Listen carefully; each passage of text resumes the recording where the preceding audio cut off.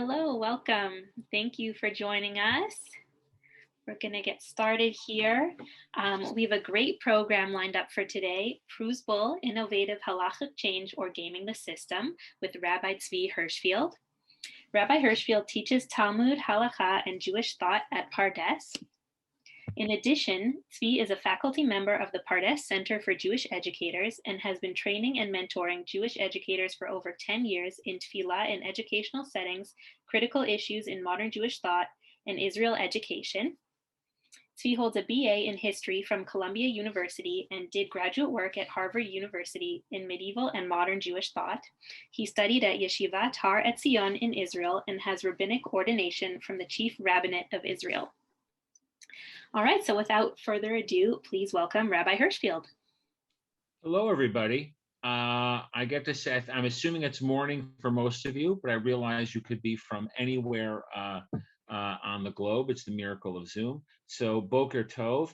I'm happy to do most of this frontally, but I would invite you, if you have questions or if something is not clear during our learning together, please let me know. I will do my best to provide context and translation whenever it is necessary. But if you feel like I have lost you, please stop me and let me know, and I will try to make it as clear as I can.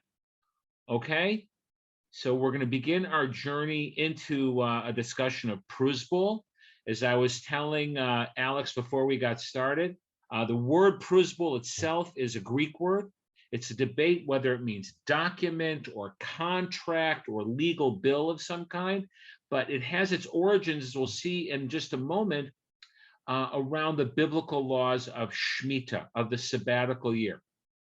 For those who are, before we jump into the source sheet, for those who are not familiar, every 7 years in the land of Israel, there is a sabbatical year, and the sabbatical year has two primary components. One component is agricultural, where we are not allowed to plow or plant our crops.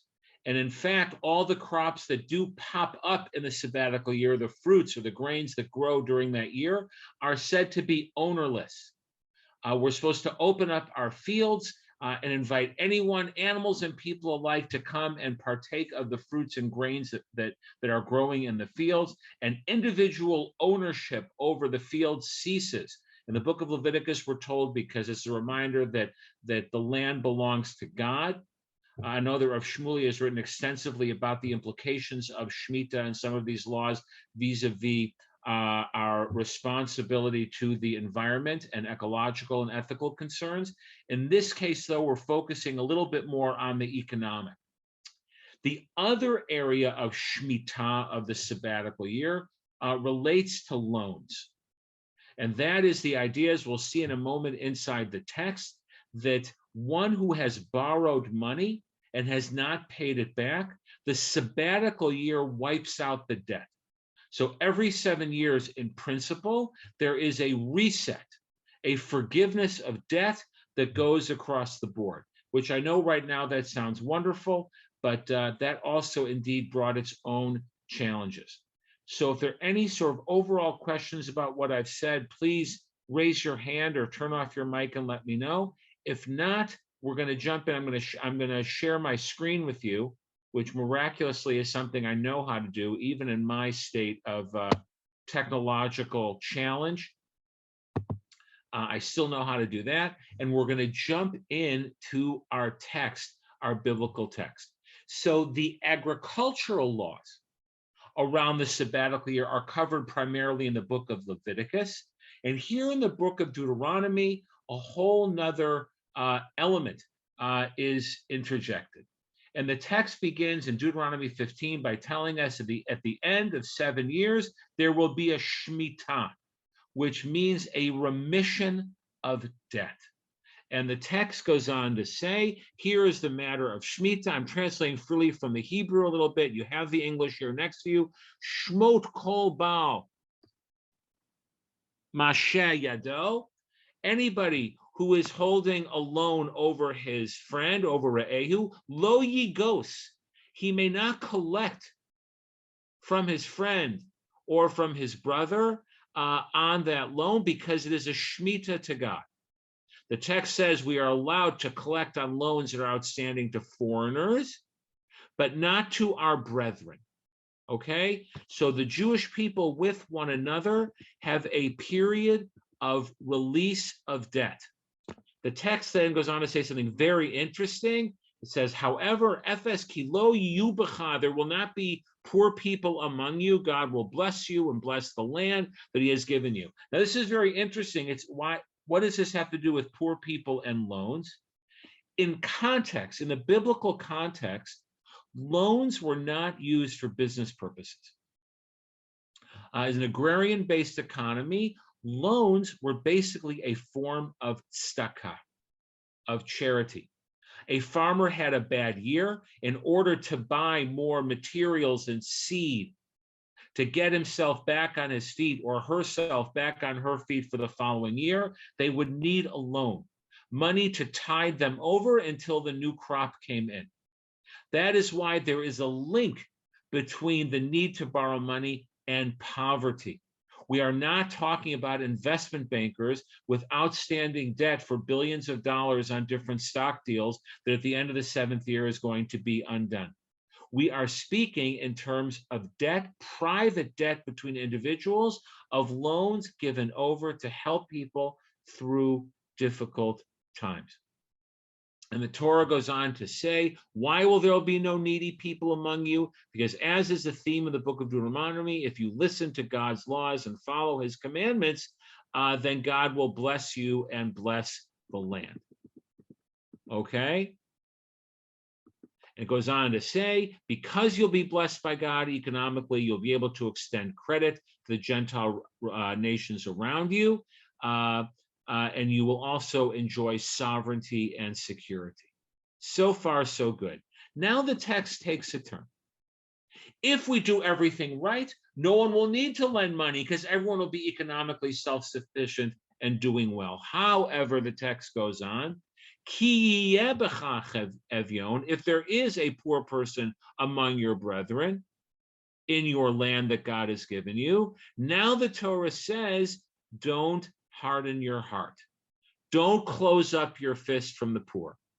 So you see here, the remission of debt is brought here in a certain context of the Torah telling us we may not turn our backs on the poor and the needy.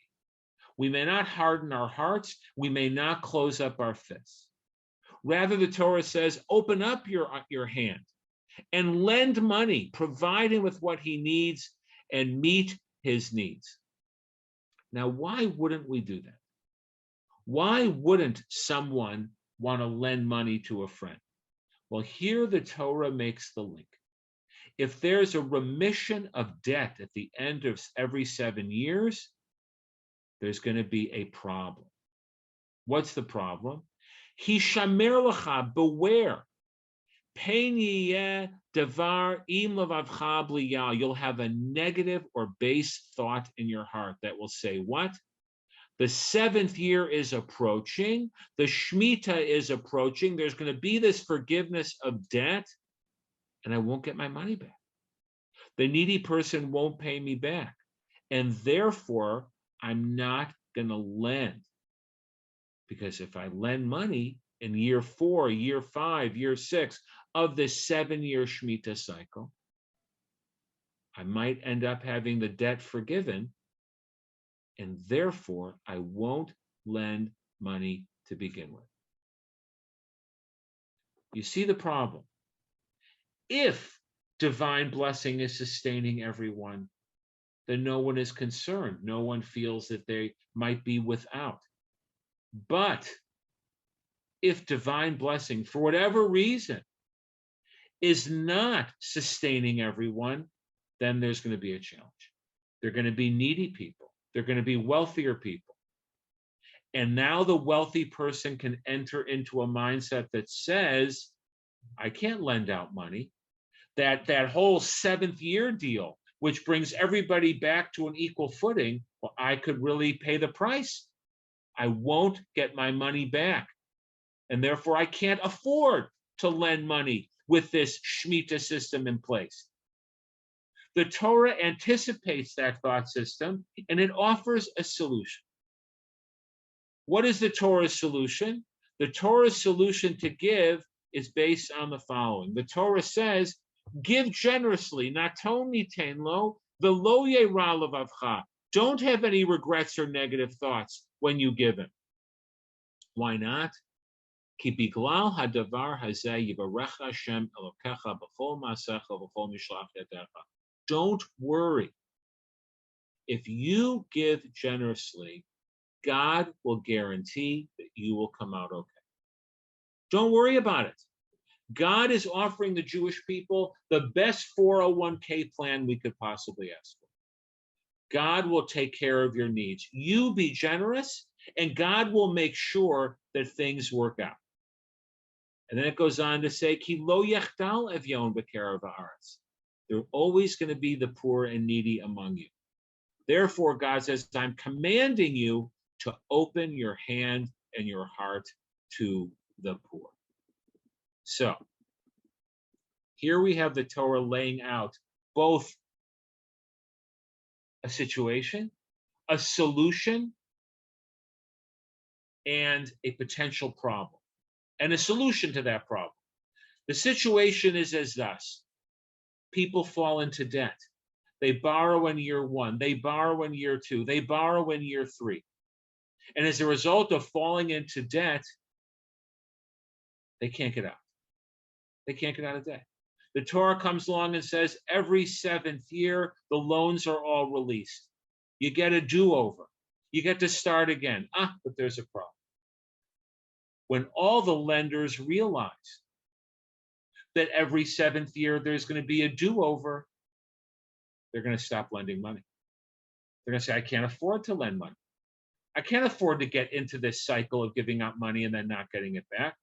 To which the Torah answers, don't worry about it.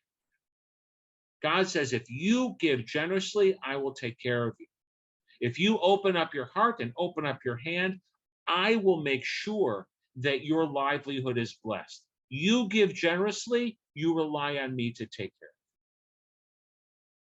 you. You can already imagine now the potential problem. So before we get to the issue of Prozbul and the potential problem, I just want to note, in general, there are 2 sort of basic approaches to what the idea of Shmitah is coming to solve. So one approach from the Sefer HaChinuch, a 13th century work, anonymous work written in Spain, where he goes through a list of all the commandments, he says as follows. He says, I already addressed this in Parshat Mishpatim in the book of Exodus about the release of land, which I have mentioned to you, the agricultural laws of Shmitah.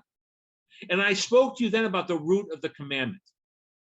And he goes on to say the release of monies, the Shmitah of loans, also draws from the same reason. Why do we do this? Look at what he says. To train our souls in virtuous traits, the trait of generosity and a kind eye, and the great faith in our hearts towards God, blessed be he.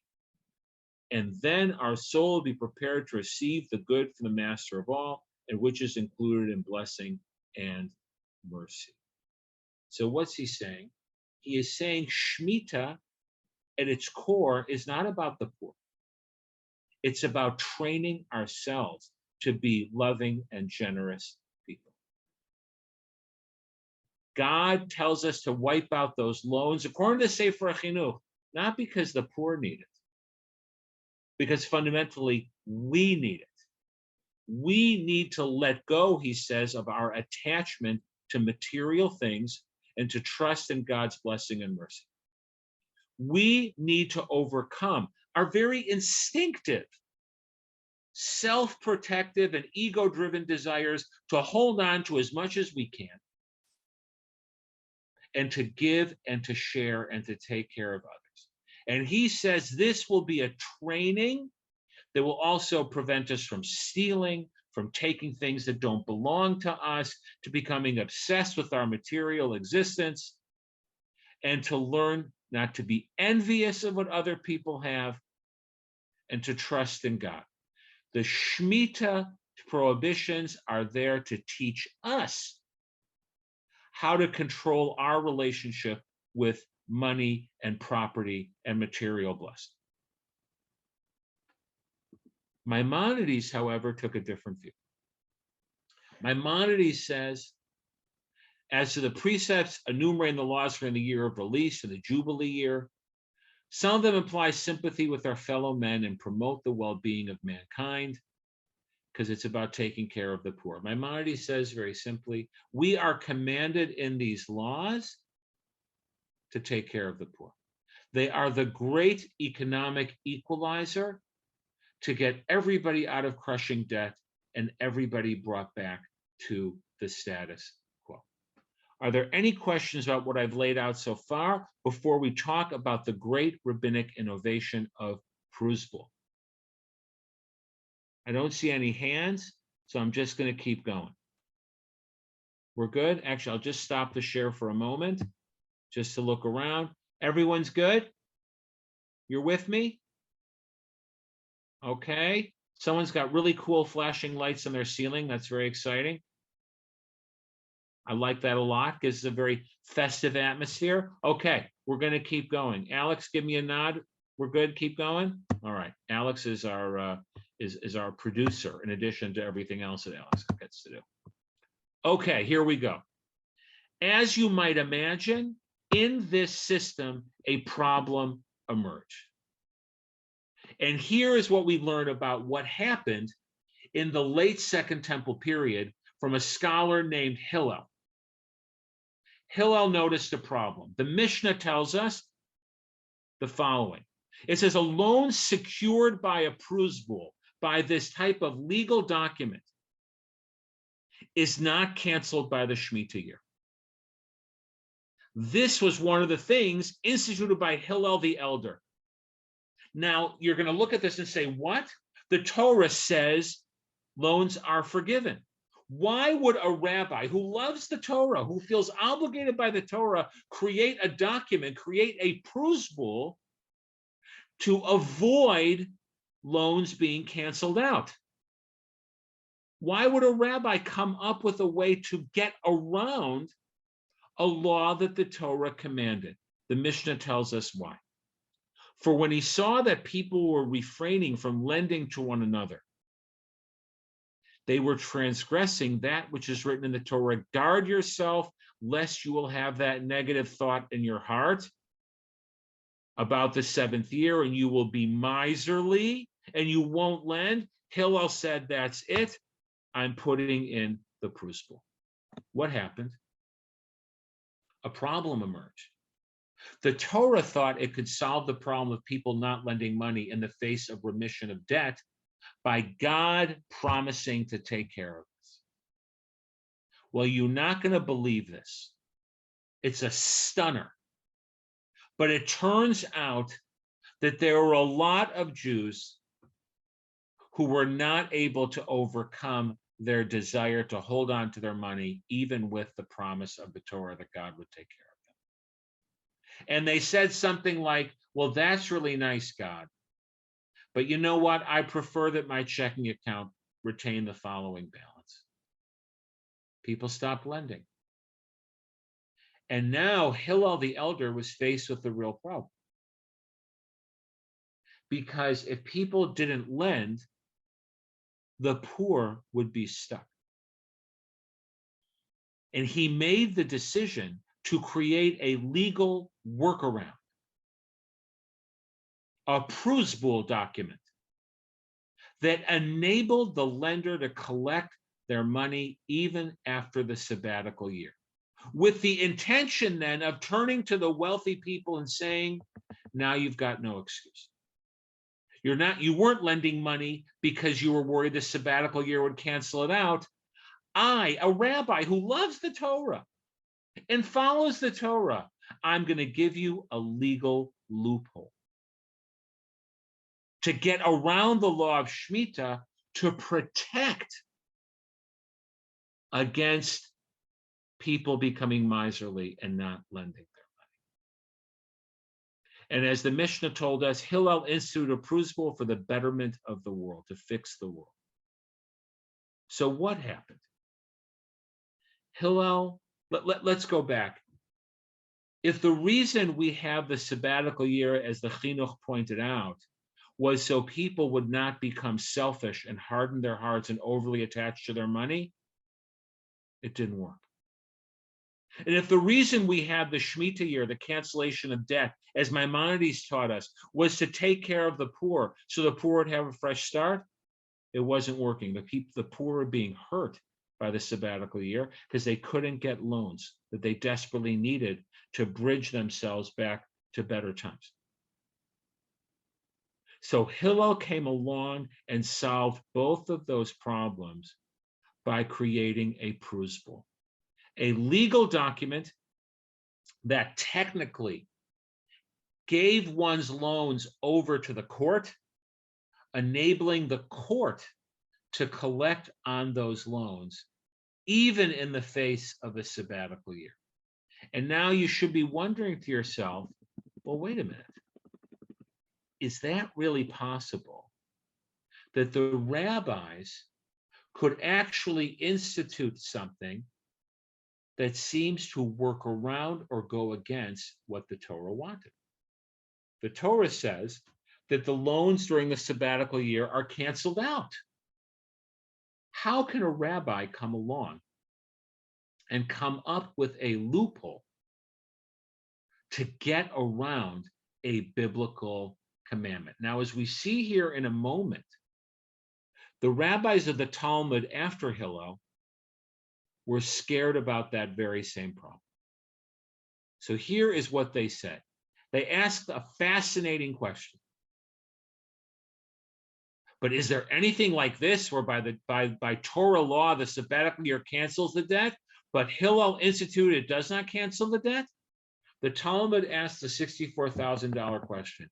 How is it possible to suggest that's like the Torah saying you can't eat bacon, and Rav Shmuley getting up in his shul saying, you know what, for the next 2 weeks, bacon is okay. At that moment, Rav Shmuley's rabbinic colleagues are asking, how is such a thing possible? As great a rabbi as Rav Shmuley is, how is it possible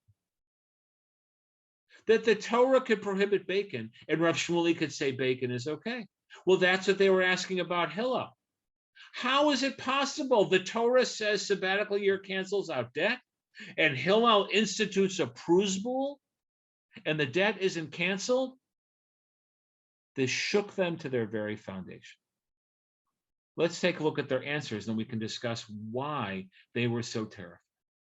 Abaye said, don't worry. When Hillel created this idea, he was only referring to our time period where the sabbatical year, according to Rabbi Nasi, is only rabbinic in nature. That's one brilliant rabbinic answer. Meaning, there were rabbis who believed that after the destruction of the temple, the second temple, and with the majority of the Jewish people living outside the land, the agricultural laws were only rabbinic. They were no longer biblical. So Hillel didn't really abrogate a biblical law. He only found a solution for a rabbinic law. Now I can breathe. Rav Shmuley wasn't allowing us biblically prohibited pork. He was only allowing us to eat something rabbinically prohibited. All right, that calms me down. He's not going against the Torah. He is simply a rabbi finding a workaround for a rabbinic law. Rava, the fourth generation Amora and Bavel, gave a different answer. He says, don't worry about it. This is simply an example of the rabbis using their authority to make property ownerless. Hefker Beit Din Hefker. The rabbis have an authority when it comes to property or money to render it ownerless. They're allowed to confiscate property when they deem it necessary. So don't worry, they weren't abrogating biblical law. They were simply using the court's prerogative, something to the equivalent of eminent domain, to confiscate money or move money around. Now, why are the rabbis so invested in finding these solutions? because they are confronted with a very threatening problem. And that is the problem of halachic stability and biblical authority. What do I mean? And we'll look at this further in just a few minutes, but I want to just set this up for you so it's very clear. We assume, the traditional Talmudic rabbinic model assumes, that the reason the Torah has authority is because the Torah is composed of divine legislation. It is a heteronymous system. I hope I pronounced that right. Where God commands and we have to do. What would it mean to say that rabbis have the authority to put aside biblical commands? What would that do to the whole notion of the system, of the authority of the Torah? That would turn mitzvot potentially into 613 suggestions, 613 recommendations to a better you. That is not how the rabbis understood the mitzvot of the Torah. They understood the mitzvot of the Torah as being divine command. So here we seem to have an example where the great sage Hillel took it upon himself to work around the divine command of the cancellation of debt by creating a Prozbul, by creating this legal workaround so people could continue lending money. Now we see why he did it, because he saw that people were not living up to the Torah's requirement to continue lending money to the poor. And they were falling into the trap both of their own negative character development, of becoming too attached to their money, and the poor were being harmed. We understand then why Hillel would institute this system, but it created a terrible anxiety, a Talmudic anxiety, where the rabbis are actually struggling with the fear of their own authority. How far could their authority go? Because the more they assert their authority, the more they are potentially undermining God's authority, which in the end, of course, will undermine their own authority, right? Rabbinic authority as interpreters of the law, as protectors of the law, as the appliers of the law. Well, if ultimately the law is perceived to be whatever we want it to be, that creates a tremendous anxiety about the authority of the Torah and God's authority, and seeing the Torah as an authority in our lives. So they offered two solutions: either really Shmitah, the sabbatical year, in the time of exile is only rabbinic, so the rabbis aren't really flouting biblical authority, or the other idea that Rava said, oh, don't worry, this is an economic workaround that the rabbis are empowered to do. The rabbis are empowered through eminent domain to move people's property around. The Shmitah laws are still in place. But as we're going to see in a moment, this anxiety did not go away. And by the way, not to give everything away up front, this anxiety over rabbinic authority is a problem that continues through this day. We'll talk about more about that at the end. So the Talmud noticed, the Mishnah itself seems to suggest that by handing our documents, our debt over to the court, Shmitah would not apply. Meaning, even without a Prozbul, there is a suggestion that certain types of loans that are made with a pledge, meaning collateral, or loans given over to the court to collect, these loans are not remitted. The Talmud Yerushalmi, the Talmud from Eretz Yisrael, even brought a verse to support that idea. The verse says, only loans between you and your fellow will be released. This would exclude documents or loans handed over to the court. meaning the Talmud itself is suggesting that what Hillel did was not such a big change. The Bible already anticipated this type of mechanism because the Shmitah law, the remission of debt, never applied to loans that were given over to the court. Of course, that raised a tremendous tension. If the Shmitah rules never applied, then what is the big deal of what Hillel did? It sounds like Hillel didn't do anything because it was already baked into the cake on a biblical level from the very beginning. So here you have a few answers to this point. I'll just look at them with you briefly. Rashi says, no. Hillel created the whole thing. The reason that debts handed over to court are not remitted is because of Prozbul. Hillel, according to Rashi, authored the whole idea. Other commentaries didn't like that. Again, why not? Because other commentators are saying, how could Hillel have so much power? How could you give the rabbis so much power to work around biblical rules? So other medieval commentaries said, slow down. Hillel didn't do that much. Here's the commentary of Tosfot, 12th century interpreters of the Talmud, who noted as following.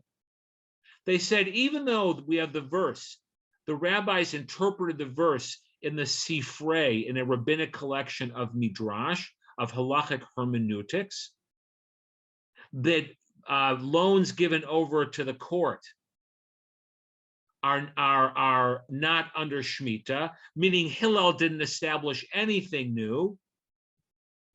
The Gemara still wanted to know, why would Hillel publicize it?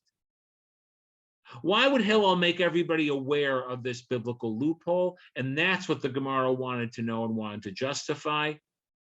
The Ritva, another Spanish commentator of the 13th century, early 14th century, said as follows. He says, Hillel made the Prozbul simply to tell you that biblically you had to give a document over to the Beit Din. Hillel made it so you didn't have to give the document over to the Beit Din. So what's going on here? What you have here is medieval halachic anxiety, where the rabbis in the Middle Ages are struggling, and they, except for Rashi, they are in fact limiting the innovation of Hillel. They are saying Hillel did not create a whole new world. Hillel simply used the biblical authority that was already present, that loans given over to the court are not subject to the Shmitah rules. Why? So here I'm going to suggest they are responding out of anxiety, out of the fear of what Hillel's innovation could suggest. Namely, do rabbis really have the authority to work around biblical laws? How can you give rabbis that much authority? The danger to the halachic system is so present in their minds that you can see a hermeneutic interpretive tradition that sought to limit the scope and extent of Hillel's innovation. Hillel didn't really do that much. Now, if all I have is the Mishnah, especially the one Mishnah we learned, I'd say Hillel created a whole new world. The Bible said all loans are remitted during the 7th year. Hillel says, no, use this Greek document I'm coming up with, and the biblical and the loans can still be collected. Why? Because we're facing a crisis. People aren't lending money. The poor are suffering. The rich are getting more selfish. We need to work around the biblical law. But that created an earthquake. What do you mean work around the biblical law? Is everything subject to rabbinic workaround? We don't like Shabbat on Saturday, we'll move it to Tuesday. Pork looks too delicious, we'll make that permitted. And so on and so on and so on. Any biblical law could be subject to rabbinic workaround. So Hillel's innovation created an interpretive backlash. Hillel didn't really do that much. The Torah already excluded loans given over to the court. Hillel simply made people aware of the workaround. Hillel simply made it so people didn't have to fill out the form. You could fill it out online. Hillel didn't innovate because the rabbis are afraid of their own power to innovate because of the fear that such innovation could do to the system. When people tell you that the Orthodox community's fear of the slippery slope is a modern fear, I point to this example of Prozbul as the counterexample. The rabbis have always been aware, or if I could argue, living in a tremendous tension. On the one hand, the awareness that we sometimes need workarounds and loopholes for the sake of economic or ethical need. On the other hand, the profound awareness of how these loopholes and workarounds undermine people's faith in the authority of the law. And I'm just going to run through with you a few other examples of rabbinic workarounds, some of which you may be well aware of, others might be new for you, and then we're going to have some time for questions if there are any questions. Are there any questions now about anything I've said so far that people would like to put out there? I can't see everybody on my screen, but I'm going to assume we're good. Alex, give me the thumbs up if we're good to continue. Yep, you're good to go. I love having a producer. This is great. I'm going to hire you for every Zoom class I do, Alex. Sounds good. Thank you. Okay. I will pay you with the reward of a mitzvah. No, I'm just kidding. Can't afford you. Okay, here we go. Number one, has anybody ever gone through the situation of selling their chametz? Right? Passover is upon us. We have all of these leavened products in our possession, especially if it's fancy alcohol, like a good scotch or something like that. And what do? I bet you even Rav Shmuley, as a rabbi of a community in a shul, has engaged in this practice. Well, how is such a thing possible? The Torah says, for all 7 days, you can't eat unleavened bread, and you can't own or have any leavened bread found in your possession. What's going on? I'll tell you what's going on. The rabbis innovated a workaround, which says, I can sell my chametz to a non-Jew and get it back after Passover. As is found in the Shulchan Aruch, the Code of Jewish Law, chametz owned by a Jew, which was in his possession during Pesach, is prohibited. Even after Pesach, it's prohibited. However, he says, if chametz was sold or given as a gift to a non-Jew for Pesach, although it was sold to a non-Jew, we'll certainly not touch it at all, meaning it's not even a real sale. It's a wink-wink sale. We know full well that the non-Jew is not going to come to our home. I guarantee you, everybody who's listening to this, and Rav Shmuley tells me there are a lot of people out there, nobody has an example that they sold chametz before Pesach and that the non-Jew showed up during Pesach and says, I'm here to collect. Give me the chametz I bought. Nobody. It's a fictitious sale. And even as a fictitious sale, it allows us to work around the law. Now, how did this law get started, really? So here you have an example, a 17th century example of an Ashkenazic rabbi explaining how this leniency emerged. He says, in our region, the majority of business is in whiskey. It's impossible to sell in such a way that the chametz is removed from the house, especially if you own a distillery. What are you going to do? You're going to go broke every Pesach? Your primary livelihood is the distilling of spirits from grain.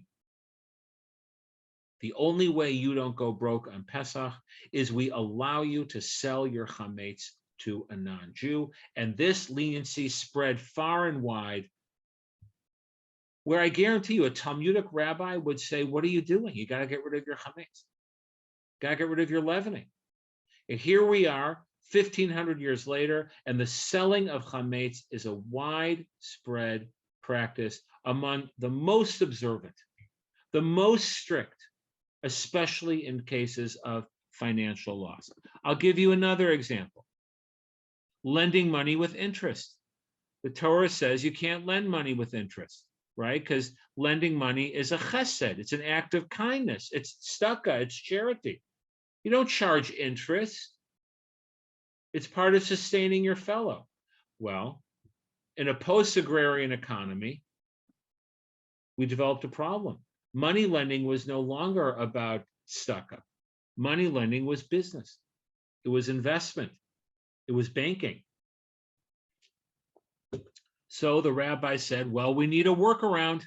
And they came up with what's called a heter iska, which, as you see from this brief explanation here, it's a halachically approved way of restructuring or a loan or a debt, so it becomes an investment instead of a loan. Look at that.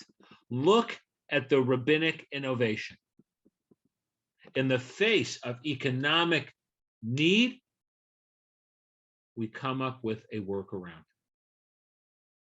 And of course, this raises the very question that we spoke of that is in the very title of our learning together. Are these halachic workarounds a legitimate expression of the Jewish legal system, which is attempting to be responsive and creative?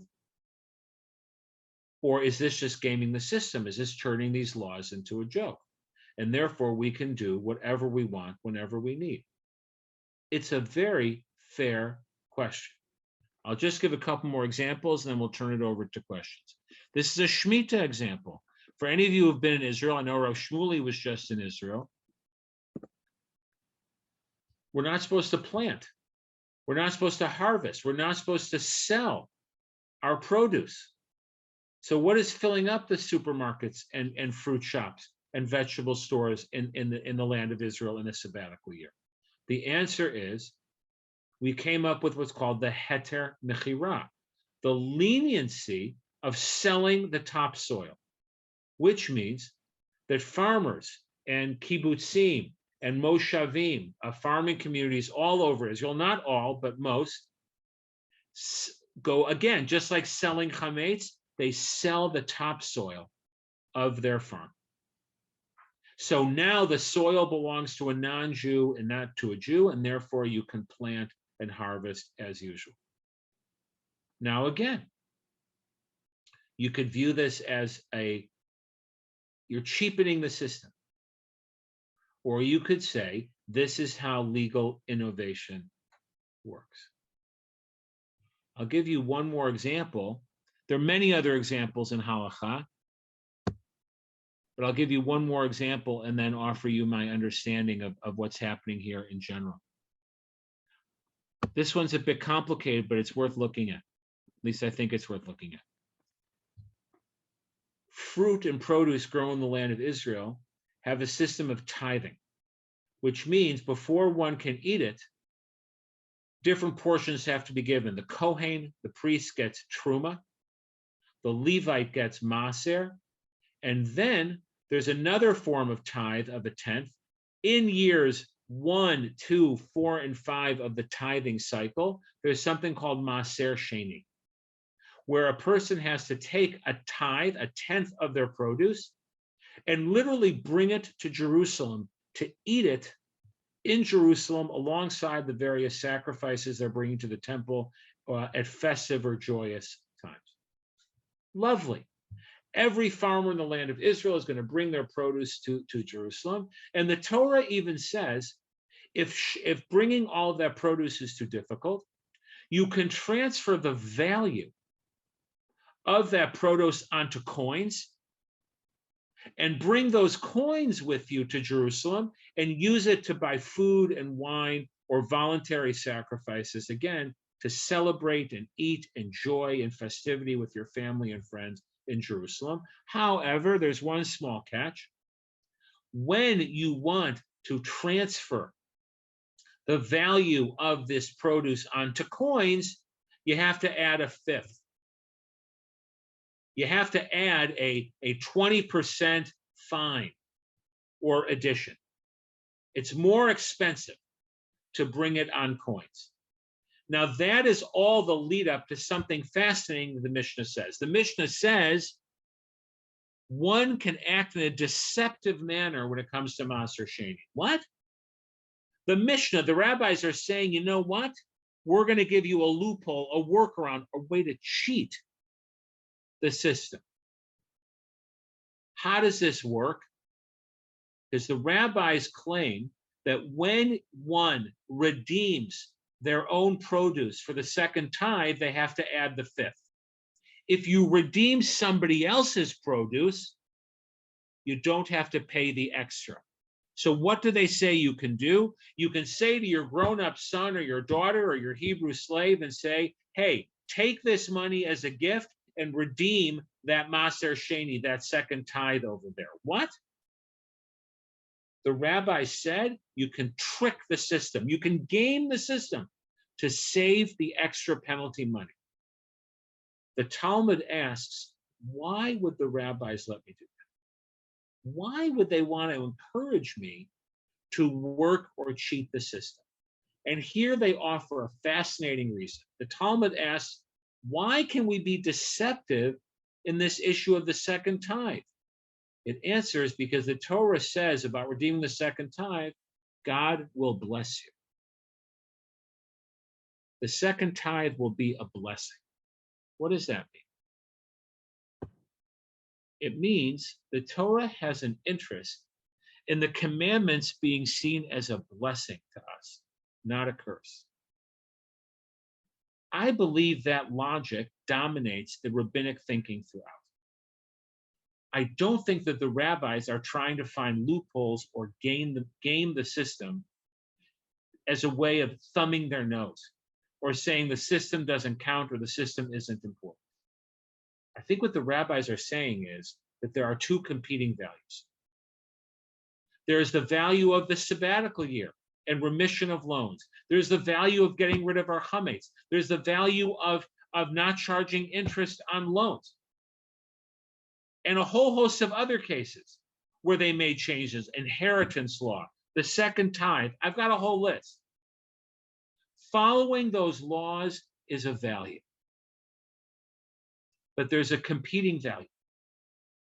And that is the value that a life of Torah and mitzvot should be seen as a blessing and not a curse. And when following these mitzvot threaten our economic livelihood, threaten the conditions of the poor, threaten our ability to enjoy the holidays, threaten our ability to support ourselves, threaten our ability to take care of the poor, well, then we need a workaround. Now, one could ask, as many people do, oh, come on. Selling chametz is such a joke. That's not a real sale. We all know it's not a real sale. I go to Rav Shmuley and I fill out a form, and Rav Shmuley gives me a pen to hold up or his cell phone, and now I can keep my chametz in my home. Why don't we just do away with it? Why doesn't Rav Shmuley just say, forget it? Why these workarounds and loopholes? My answer would be, the power of the loophole is that it preserves both values. It preserves the value of following the Torah, and it also preserves the value of taking care of the poor or other needs that are bumping up against the commandments of the Torah. But by doing it with a loophole, I am always reminded that there are two values at play. And that is the tightrope that the rabbis are walking. On the one hand, to respect divine authority and the authority of the system, and to see Torah law as an expression of divine will, but also understand at the same time that God wants our lives to be filled with blessing. God wants the poor to be taken care of. God wants our livelihoods to be maintained. God wants us to be able to function as normal, healthy, responsible people. And therefore, we need these workarounds. So the Prozbul document, just to sum up, is not there to turn the sabbatical year into a joke.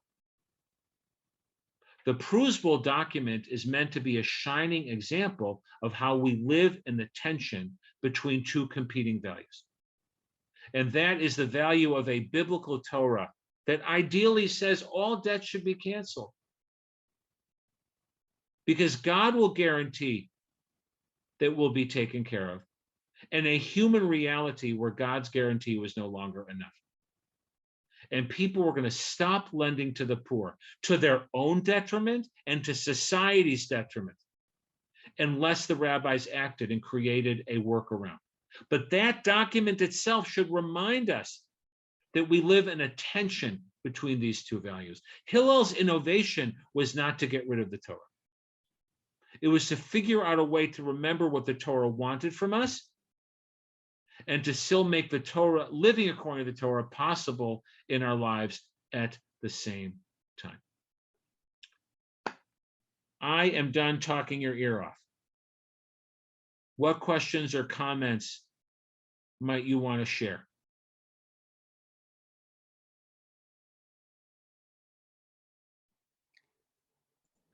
There was a question and a comment in the chat. Okay, I know Hannah, your hand went up, and I will take a look at the chat. Hannah, what's your question?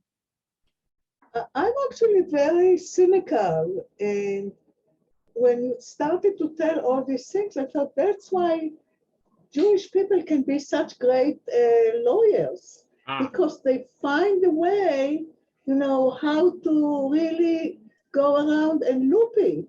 And I'm not saying I can say now how you come to it. I would never do it, okay, because I'm just straightforward, okay? But I'm not a lawyer either. So I just, I became cynical from that. That's what I want to tell you. Yeah, look, I think that's why the rabbis were so hesitant, right? That's why the Talmud was so hesitant in viewing Hillel's innovation as too much of innovation, because they were worried that people like Hannah Weisberger were going to become cynical, right? They said, if we give him this much power openly, people are going to become cynical. They're going to say, well, rabbis do whatever they want.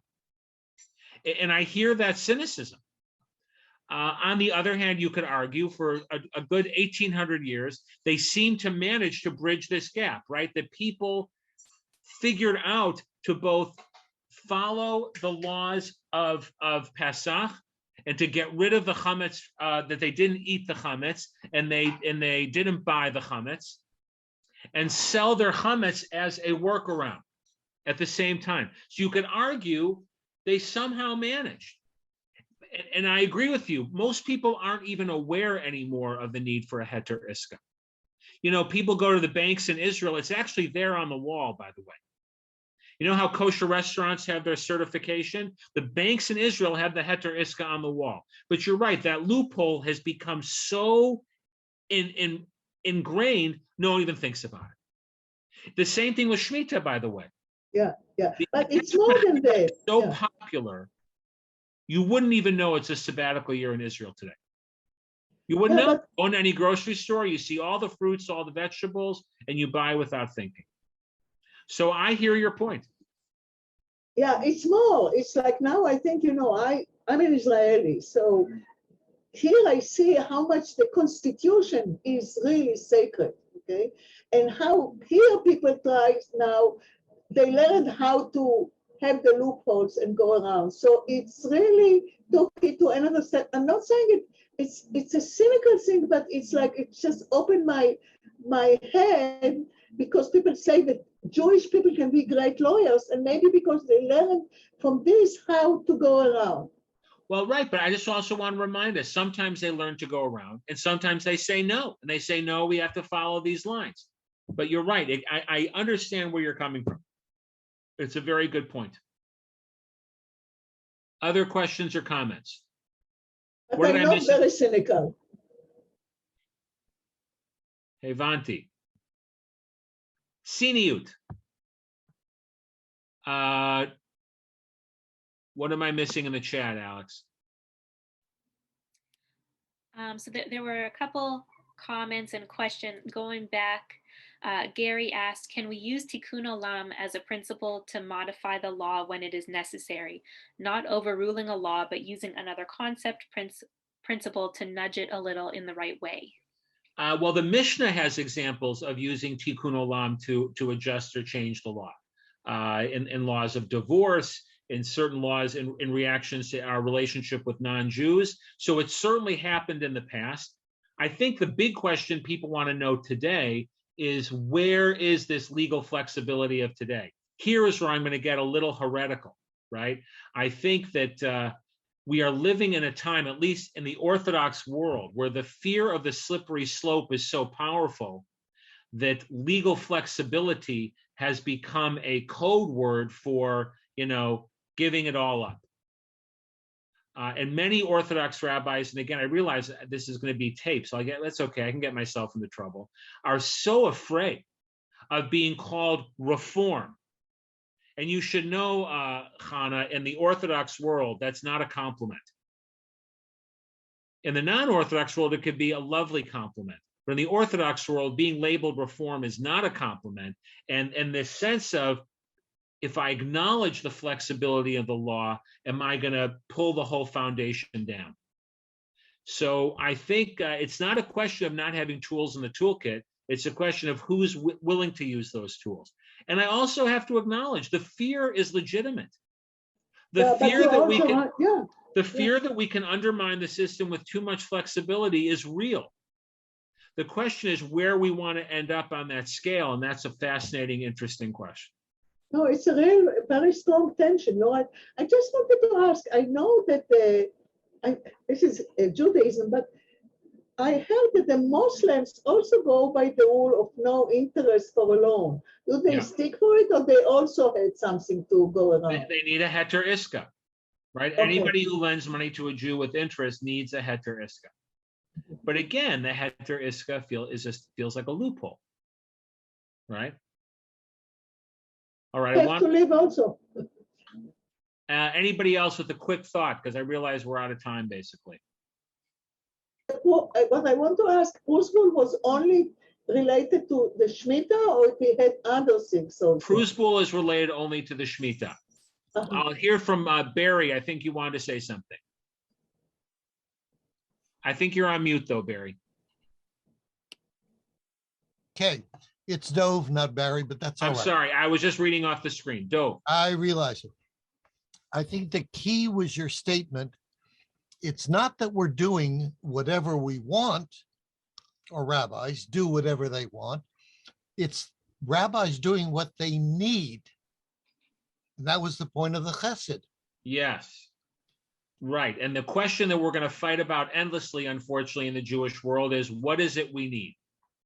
Which is why I'm reframing it, basically saying in today's halachic world, it's the ethical needs on the one hand, and a need for authority and structure and maintaining the system on the other. Those have become the two competing needs, even though people may not articulate it as such.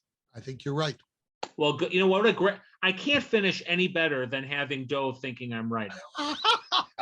You can do much better. Somebody thinking I'm right at Pardes, that never happens. So I'm going to accept that as a sign from God that I finished at the right time. I really want to thank you did. And I want to thank Alex.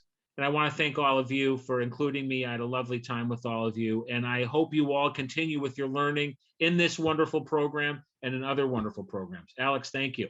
Thank you so much, Rabbi. I just wanted to tell you, I learned about the Prozbul in Israel, but this was in high school. And I could not remember what it meant. So I was very happy. But Hannah, high school is only like 10 years ago for you, I'm guessing. Almost. I'm 73. Wow. Kanayin Hara, Ad Mea Ve'esrim. Hopefully. Yeah. Thank you, Alex. Thank you. Thank you very much. Yeah. Thank you. I just want to take this opportunity to thank you all so much for joining us today. And of course, I want to thank Rabbi Hirschfield for leading us in that very interesting lesson. I wish we could have more time to discuss it more. I I'd also like to thank our co-sponsors, Congregation Or Tzion, for this program. And I want to let you all know that tomorrow we have another opportunity to learn together for our program, Brothers Crying Out from the Ground, the Biblical Origins of Our Divided Society with Judy Klitzner. Have a great day.